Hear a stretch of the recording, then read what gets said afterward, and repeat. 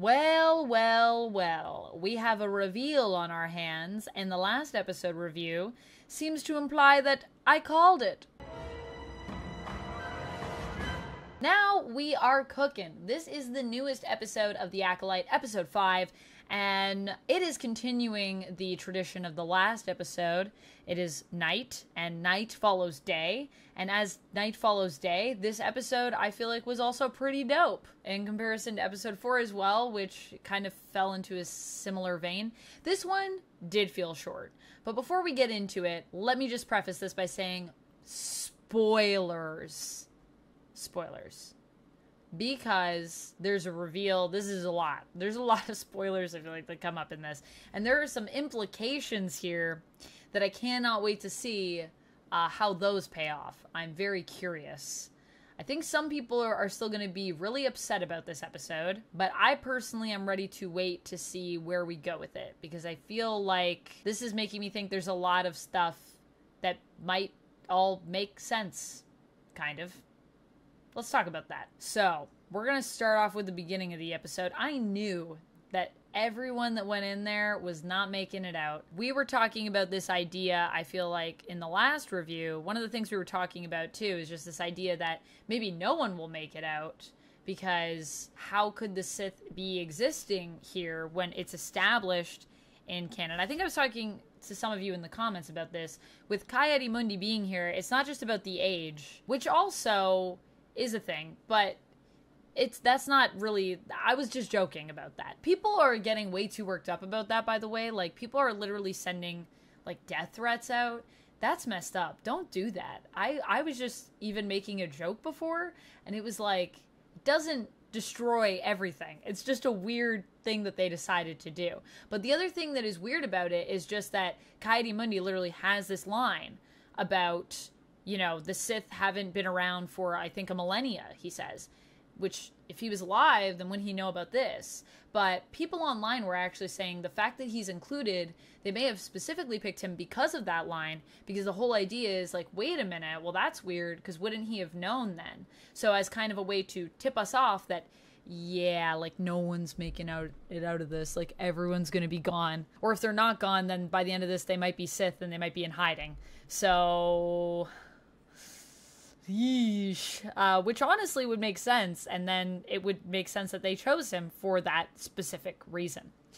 Once again, you know, you can't really fully review stuff until it's done. So yeah, we'll have to see if everyone here dies or turns Sith, but so far it's looking pretty good for everyone not making it out, because a lot of people just perished. Rest in peace, everyone that died. Scrolling names, everyone that died. We have Yord, we have Jecki, everyone that didn't have a name, the red shirts, rest in peace. So the question then becomes, where do we go from here? We kind of set up a lot of interesting stuff. Right off the bat, Mae also gets this pretty cool fight with Jecki, and the fight that Mae and Jecki have, it seems like Mae, last episode, was like, I'm going to turn myself in, and now is maybe having a bit of doubt about that. But it could have to do with the fact that Mae seems very scared in this episode. Also, Mae's master is here. So I think Mae is just like, I think I just want to run away. She does a lot of running in the episode to back that up. So even though I thought it was weird that they fight, I think that's why they fight, because Mae is just, ultimately, she's just scared here. The lightsaber fights, though, speaking of them, are sick. We get so many cool lightsaber fights. I think that's also why this episode felt really quick, because it was kind of like fight after fight after fight, and then like the end of the episode. And in between some of the fighting, a bit of dialogue that tells us about some spooky stuff that might be coming in the next episode. I think we're going to get another flashback, and I think that's going to be interesting, but we'll talk about that in a minute. I think my favorite moments in the lightsaber fights were the double kill on the one lightsaber from our master here. Has the lightsaber out, and then one person's on there, and then just force pulls the other person in. Oh, that was insane. That was brutal. Also, all the headbutts that happened.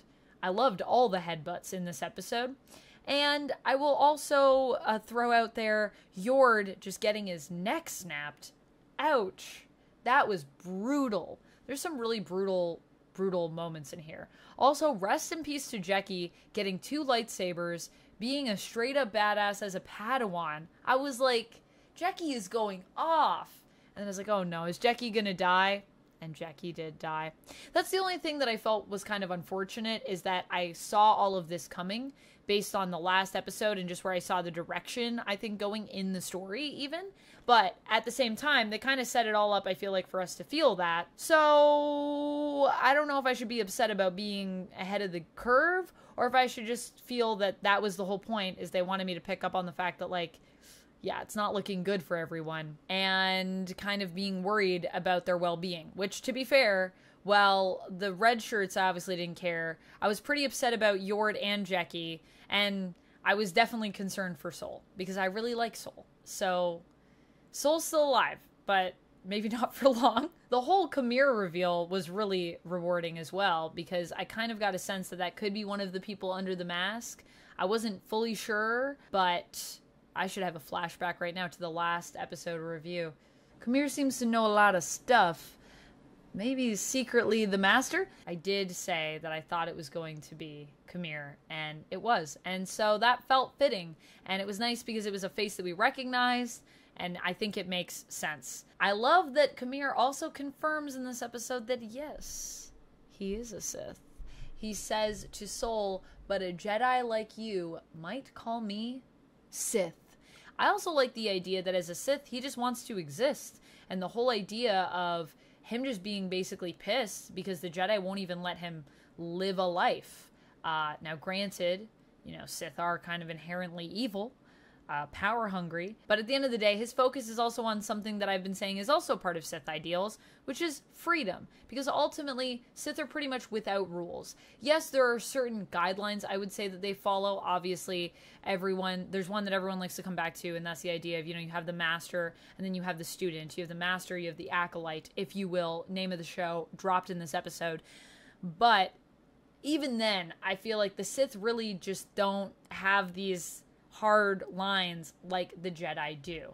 That's what the Jedi don't like about them. That's part of what they don't like about them. I mean, there's a lot of things, but that's a big part of it. So I like this whole idea that Qimir just wants freedom. He's anti-Jedi, literally also reflected in what he's wearing. So you may have noticed that his gear is also basically turning off lightsabers, which is really cool. That's Cortosis ore.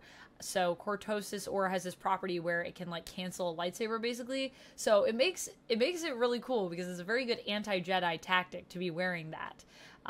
Very, very, very cool. Also, were Mae and Osha's coven Sith? Because there is a bit of an implication with Qimir where Yord says that Qimir is like messing with their heads when he's fighting them, and then obviously Osha says that, you know, I know someone that did that, my mom, which we already saw in the flashback about how she could get into Jedi's minds, which makes me wonder. Now, I think people are going to overreact to this. I will say that. I don't think it necessarily means that the Coven of Witches were Sith, but I do think it means that culturally they might have had some things that were similar to the Sith. And I feel like that would be a huge problem for them, and might have been why they were persecuted and on the run. We're going to talk about a little bit more what I think actually happened in the flashback in a little bit, but I got some thoughts. I got some thoughts on that. Also, you know, like I said, let's not freak out if we feel like the Coven are breaking maybe some Sith rules, because as I said, the Sith are also not usually about rules, so they could even be some element, some degree of Sith without having to adhere to like, this is the only way that the Sith live. I feel like the Sith aren't really like that, but yeah, that's kind of where I'm at with it. So hopefully everyone can just take a breath and chill. I know as Star Wars fans, not always the best at that. We are, I say as Yoda, but we need to do that sometimes. Honestly, we all need to take a chill pill, especially for the Acolyte. I feel like for the Acolyte, there's not a lot of chill happening. I'd love it if there was a little bit more chill. Sol also gets emotional in this fight, which is interesting. Here we are talking about this idea of like, you know, what are the rules of each side? And I feel like the interesting thing with Sol here is that Sol actually gets emotional and breaks a rule, actually. We see this moment where he is clearly upset about the death of Jecki and decides to attack Qimir while Qamir's back is turned, which Qimir calls him out and says, you know, that's not very Jedi of you to do that. And Sol even contemplates killing Qimir at one point and has to be reminded that, you know, Qimir is not armed. We need to, like, take a step back. Soul does rein himself in, but it is interesting that Qimir brings up the fact that as a Sith, he feels almost like he is superior to Jedi in the sense that he has embraced his darkness and the Jedi are more just in denial of it, which I think to a certain extent is kind of true. Obviously not for every single Jedi, but you literally have to sort of turn away from that side of yourself to be a Jedi. And I think what Qimir is saying is, like, I'm open to all emotions. And Jedi do cut themselves off from that intentionally to prevent themselves from being corrupted, of course. So, you know, I'm not entirely pro Sith here. I'm just bringing up some points. I think both sides have points, honestly. So maybe I could be Sith in another life. Maybe if I had an evil twin. Speaking of evil twins, I'm not so sure now that Mae is the evil twin. Because it's interesting, in this episode, Mae actually offers acceptance to Osha and says, you know, none of what has happened really matters because we're together and I just want to be with you and you're my sister and, like, I love you. And Osha rejects her and says, no, you need to be held accountable for all of these murders. You need to be held accountable for the fire that you started that killed everyone. And Mae has an interesting reaction. She seems almost confused by that. Like, oh, girl, you've been so messed up. Like, the Jedi messed you up so bad.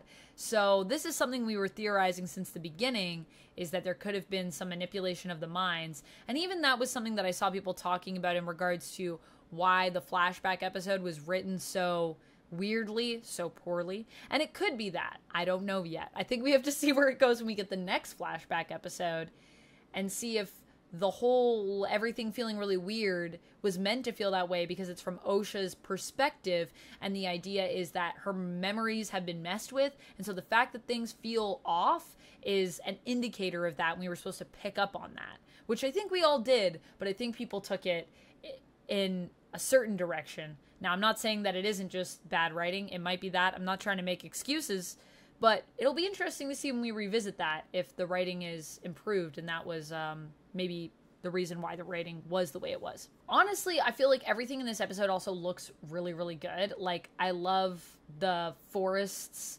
I love the trees being cut. There's a lot of shots in this that I was like, wow, that looks really cool. I really appreciate that. I was very upset when Pip was sacrificed by Osha. I thought that was the end of Pip, and I was so sad. I was like, no, Pip has to survive. This is unfortunate. We don't have to sacrifice the droid, do we?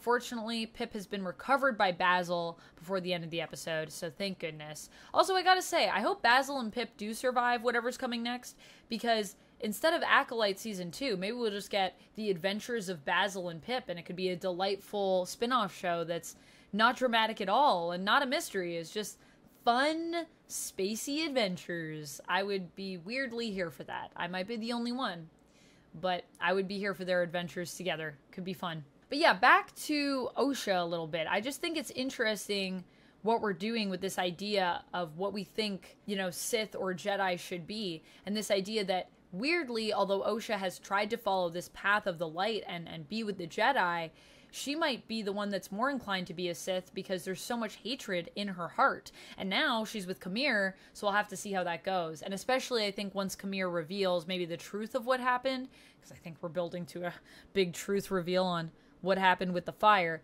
I think that should be interesting. So what do we really think happened? Well, I personally think that the Coven was, like I said, they had some things culturally that were similar to the Sith, but they weren't actually Sith per se. And the Jedi found out about these practices through testing the kids, maybe probing their minds a little bit, also just being there, and they were concerned. And also maybe because the Jedi were, you know, the ones that persecuted the witches to begin with, because they didn't want to conform to their ideals, and they had their own way of life, and it was against what the Jedi believe. And so I think what happens is some of the Jedi say, you know, we have to deal with this. Some of the Jedi are like, well, I don't know, like, it's kind of a gray area. Things get out of hand. Things get sideways. Everybody dies. That's what I think happened. I think Osha got mind wiped, and I think that part of the concern of the witches was kind of correct. I think they mind wiped Osha, the Jedi, so that they could bring her in and actually welcome her into the Jedi Order, because they felt bad holding her accountable for the beliefs of her people when she's just a kid.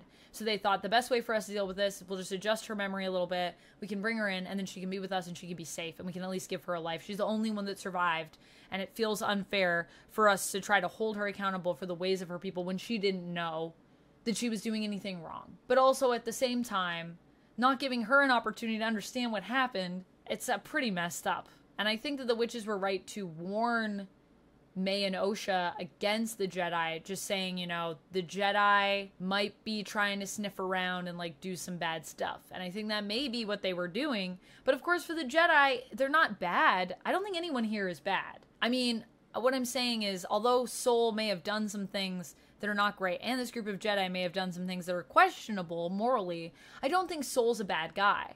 Because we already have Sol bad guy, and Sol doesn't look like that guy. So I don't think Sol's bad guy. I think Sol, jokes aside, I think Sol is actually a good guy who's trying to do the right thing. And I think that all the Jedi were trying to do the right thing. But sometimes there's gray areas. That's why we have the gray. And I think even when the Jedi are trying to do what's good, the bottom line is that they're still just beings. They're still just doing their best, and they are still flawed. Also, I think it's wild that we're all saying there's like this group of Jedi and some of them maybe did bad stuff. So now this show is saying that like all Jedi are bad and it wants to like dunk on the Jedi Order.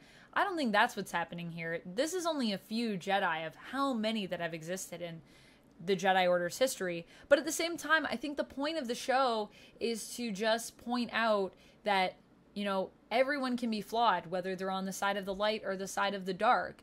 Everyone can have moments where even if they're a Sith and they kill people, there's some things that they're going to say where you're going to be like, I mean, that's a compelling argument. Like, you can kind of argue both sides, I guess, is what they're trying to provide us with. Also, this idea of authority. And, you know, why is it that the Jedi get to call the shots and say what happens? And, I mean, the Sith don't even get to exist in any capacity. We wonder why the Sith are so mad. I don't know. Maybe it's because the Jedi are like, you literally can't exist. So I think it's also about pulling apart this idea of authority and how we decide who gets power and what that means. Even when we give it to people that we trust, it can still be, I think, a corruptible force in a way. Even though the Jedi aren't ruling power from a place of hate, it doesn't mean that there aren't going to be moments where things might not go poorly just because they're controlling stuff. And control can be good and it can be bad. That's kind of where I stand with it. I feel like, you know, even when we talk about the Empire, a lot of the times when we're talking about stormtroopers or everyone that worked on the Death Star even, like, not everyone is a bad person that works for the Empire. Some people are just, it's just a paycheck for them. They have families to take care of. Some of them actually think they're doing the right thing being with the Empire. I believe Luke actually at one point in the original trilogy said that he wants to join the Empire. Obviously, it changes his mind, but let's just remember that the Empire doesn't have to be all bad and the Jedi don't have to be all good. And I think that's fine. Some people that's not going to be fine, but for me, that's fine. So that's where I stand with this episode. Overall, I really liked it. I think I would give it an 8 out of 10. It did feel a bit rushed, I will say, because it was so short. I don't know how I feel about them splitting up those 2 episodes. I think overall I like it, but I can't wait till the season is done and I can reflect a little bit more on the overall pacing, because I think I have more thoughts on that. But yeah, overall, very solid episode. I really liked the fighting, and I really liked what it's building to. And I liked the reveal, so we'll see where it goes next. Thank you so much for watching, and until next time, friends, you stay nerdy.